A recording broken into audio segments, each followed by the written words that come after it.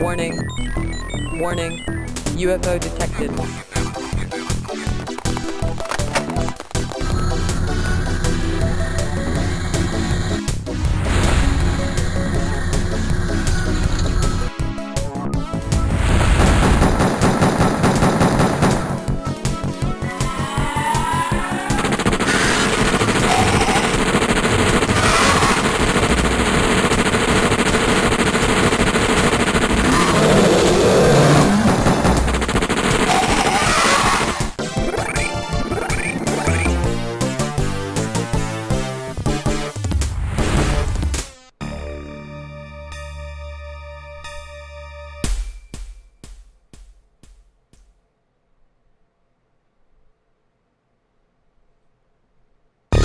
Hello everybody, it's me Chay, and welcome to OpenXcom Final Mod Pack. Now, we're gonna do this is almost episode 0 instead of episode 1, because we're not gonna really get into the game just yet. I need to talk a little bit about OpenXcom. Way back in the day, in the, I think, early-ish 90s, there was it might have been mid-90s, there was a DOS game called XCOM. UFO Defense. It was XCOM Enemy Unknown in Europe, but this game kind of changed a lot of people's lives, you could say. It's a fascinating and deep strategy game with a lot of interesting mechanics. It's also very, very hard. This is an open source port of it, essentially, called OpenXcom, and it supports mods, which drastically changed the game. We're going to talk about that a little bit as we look at the options menu. First of all, we've got a display resolution. I'm just going to go over my options because for people who are familiar with the original XCOM, this is going to be drastically different. So, need to get set up here. My resolution's fine. Display mode, borderless window. Display filter is set on OpenXcom's OpenGL hardware acceleration filter. I need that on because without that I can't actually record, because most recording software uses an injector into OpenGL. Display options. Letterbox is needed to keep the original aspect ratio. Grab mouse. Yeah, we don't want our mouse to go outside the borders of the window there. Fixed window position's fine as it is. Scales are good. Audio, everything's fine. Controls you don't need to know. Geoscape. You can set the speed of the clock, which is important. We've got a little UI option to show our total funds next to the clock, which is just a convenience thing. Also, we'll see the funding countries, radar ranges, and flight paths on the globe now, which are new features of OpenXcom. Battlescape, scroll when the left mouse button is held down on screen edge, or scroll with cursors over screen edge. Yeah, we're just going to do auto scroll because that's generally how it's done modernly. Middle mouse button is a drag scroll function.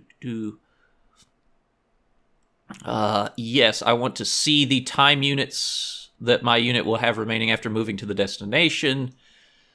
And this is a handy thing. Clicking will show the path your unit will take to the destination. Color indicates available actions. If you see green, then they can move and fire at that destination. Yellow means they can move, and red means they can't move.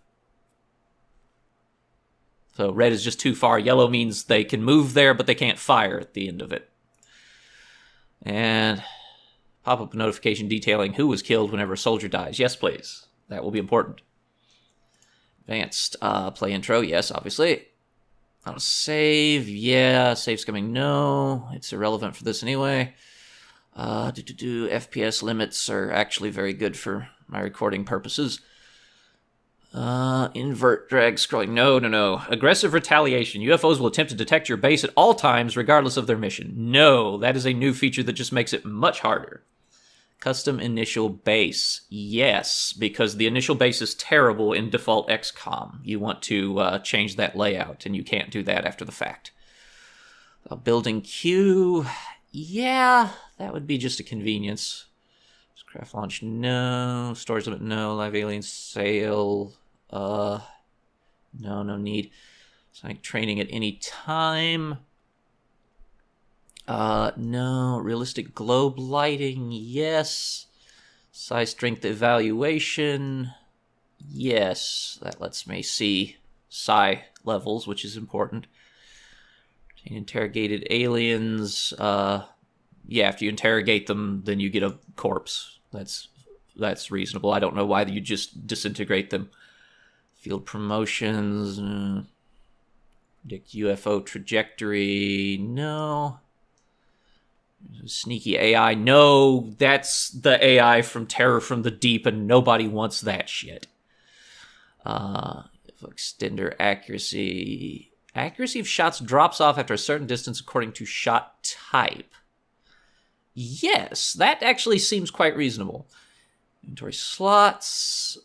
Inventory stats. Yes, show soldiers' stats in the inventory screen. That's very important so that you know how much they can carry.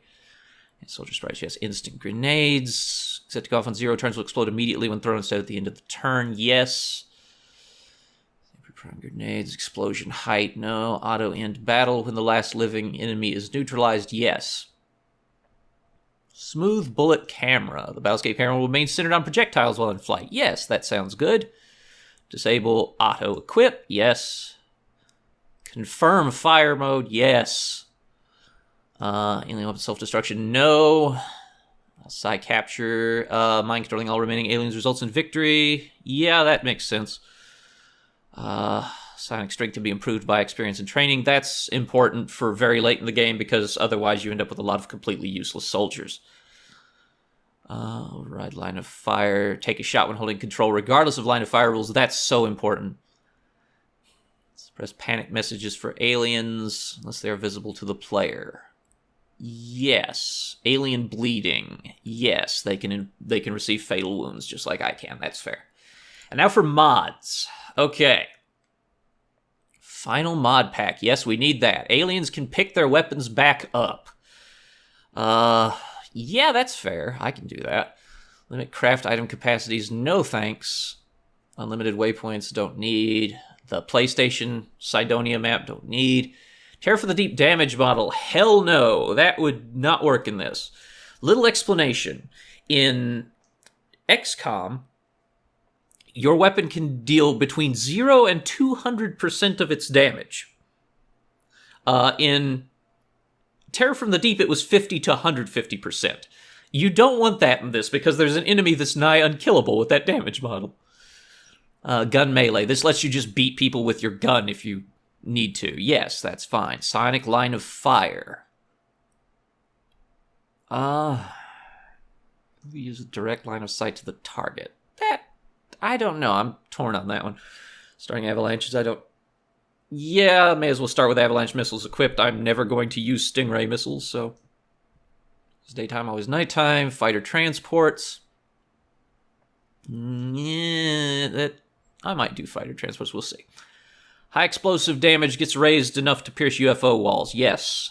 Improve the heavy laser. Yes, the heavy laser is useless in vanilla. Improve ground tanks. Yes, they're terrible in vanilla. No psionics. No, I want psionics. Pistol has auto fire. Yes, that's good. Sky Ranger gets a web slot. No. Starting defensive base. No, I don't need the starting base stuff because I have the requisite things. Or I have the custom base. I'm torn on psionic line of fire. I really am. I think it would make the game a little more fair for both parties, because the aliens can kind of screw you with that whether they see you or not, but you still have to know they exist to use it anyway, so that makes it a little more fair. Psionics are kind of broken. Okay, so that should be what we've got set. You can now see the general changes to the game. Final Mod Pack's got a million different things in it. You'll see that as we go. Even I don't know everything in that. But that's the setup we have. I'll be right back after I apply because it's going to take me out. So I'll see you guys in a moment. Okay, I'm back. Now then, it's time for a new game. We've seen our options. We know what the mod pack is going to do.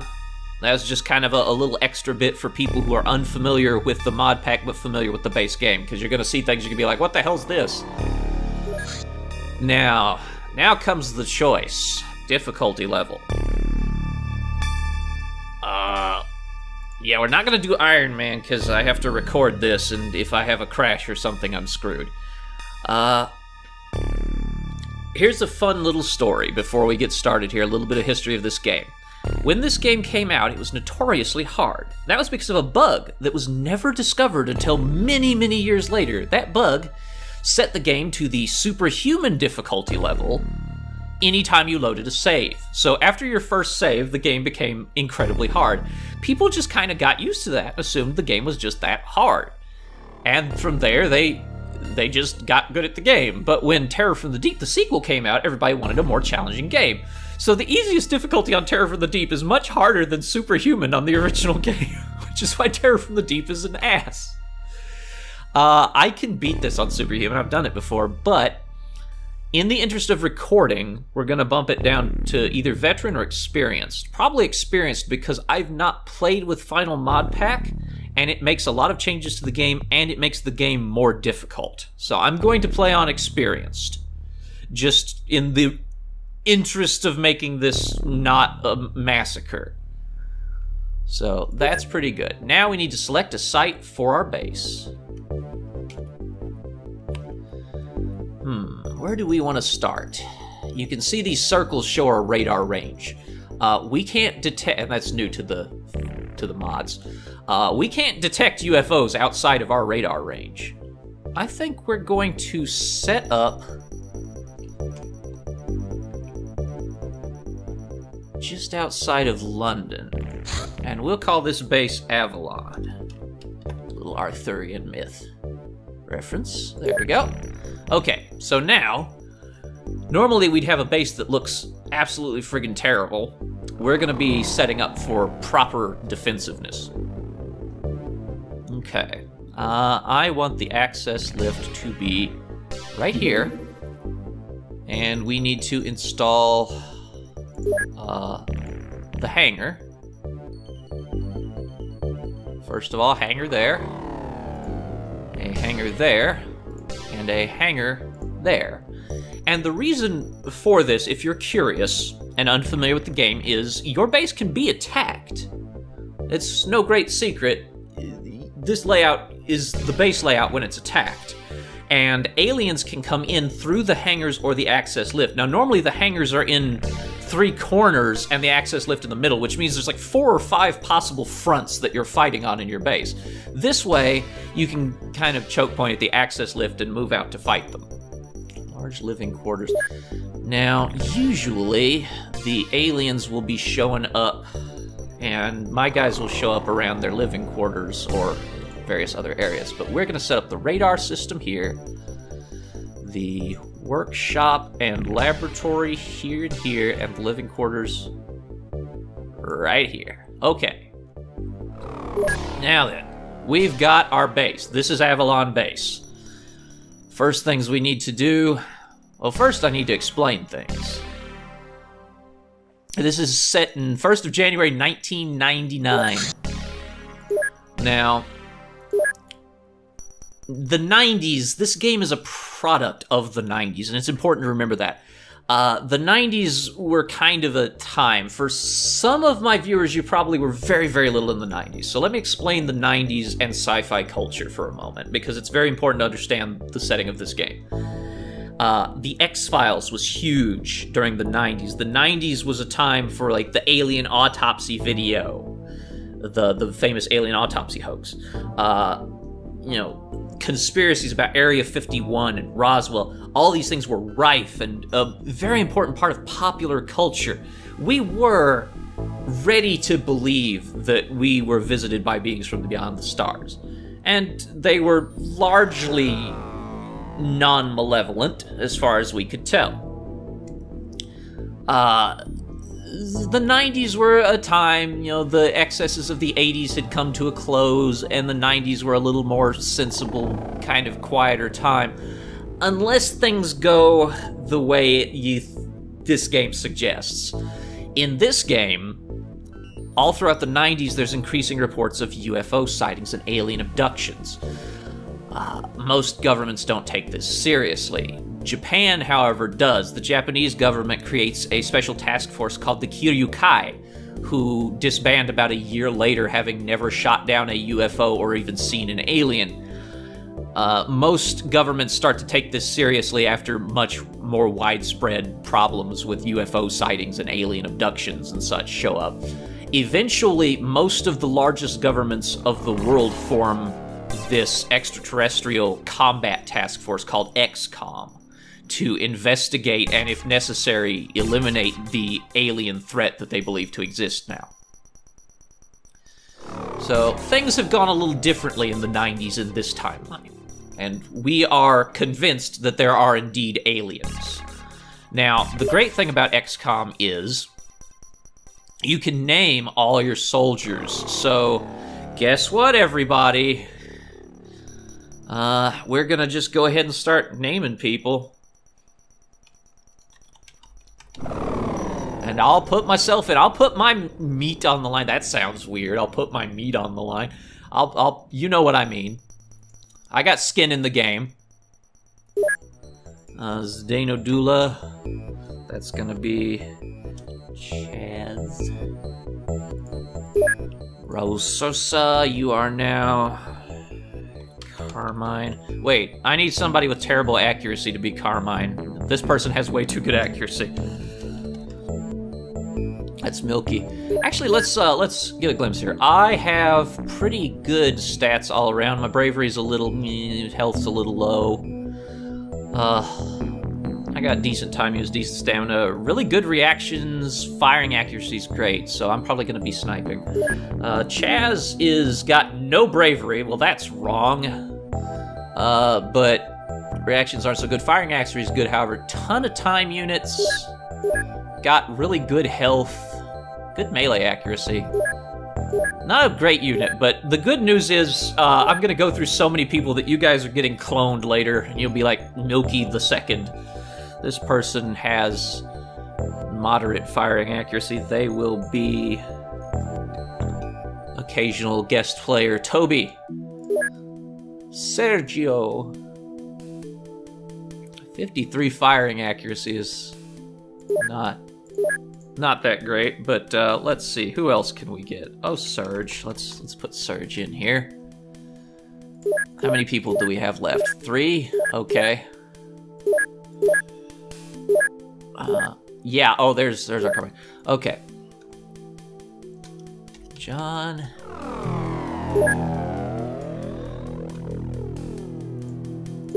Yeah, there's our Carmine at 45 firing accuracy.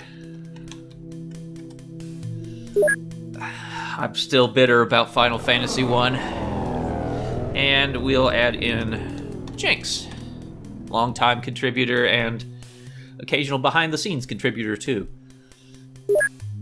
Okay, so we've got 8 soldiers here. We're gonna need a lot more, guys. Let's go ahead and equip our crafts. Sky Ranger is getting renamed to have a pilot, and that is Nori. Because Nori kind of gets everything where it needs to go on the channel anyway. If you want to be an interceptor pilot, you're the guys who shoot down the UFOs, you let me know in the comments. I'll give those out to people pretty shortly. I need to, first of all, hire some more troopers. How many people can fit in the Sky Ranger? You generally want as many people as possible in your ship. So, crew. I can fit 6 more, so 2 more in a tank. Okay. Tanks take up 4 slots. Let's go ahead and purchase some things. 2 attack dogs, those are new to the game. A tank scout. And I need 3 soldiers. We're gonna want about 15 more scientists, 15 more engineers. What the hell is an AWACS? Oh, yeah, I know what that is. Hang on. We need combat knives. Get some more pistols, more pistol clips. We'll just buy like 30 pistol clips. The Magnum seems fun. We'll get a pair of those and a few Magnum little speed loader drums. Submachine guns, we'll get some of those. Submachine gun clips. I think that's really a magazine for a submachine gun? Everything's a clip in this, but local gun nuts, and I know there's a few, we'll just have to be mad. Assault rifles will take a few. Rifles are standard weapon rifle clip. I'm pretty sure that's a magazine. Sniper rifles will take a couple, and we'll definitely want some ammo for that. Shotguns will take a couple. Shotgun shells, oh my. Shotgun armor-piercing shells, yes, please. Light machine guns, yes, we'll take some. We'll take some ammo. Heavy machine gun, no, I don't need like 40 of them. Heavy machine gun ammo. Light minigun, yes. Light minigun ammo box. Minigun. We'll take one minigun, because they're pricey. Rocket launchers, yes. Need small rockets, large rockets, incendiary rockets. We've got great stuff here. Grenade launcher, yes please. 46mm grenade launcher, high explosives, incendiary, smoke grenades. We are at war, people. Flamethrower tanks, yes. Lots of grenades, lots of smoke grenades. Anti-personnel mines, yes. Incendiary grenades. High explosives. Stims. Painkillers. First aid kit. Taser. Taser shot clip. I'm not sure what you'd call the taser ammo. We need some electro flare. Not enough storage space. All right, we're full. We got the good stuff, though, man. Okay, I think we're good for that purchase. That was a few $1 million. Boom. Now we need to see about building some facilities. We have a small radar system, but we need a large radar system as well, and that's going to be most of our money for this month. We're probably going to need some storage. So let's go ahead and... Ooh! That's a big storage facility. Let's get general stores then.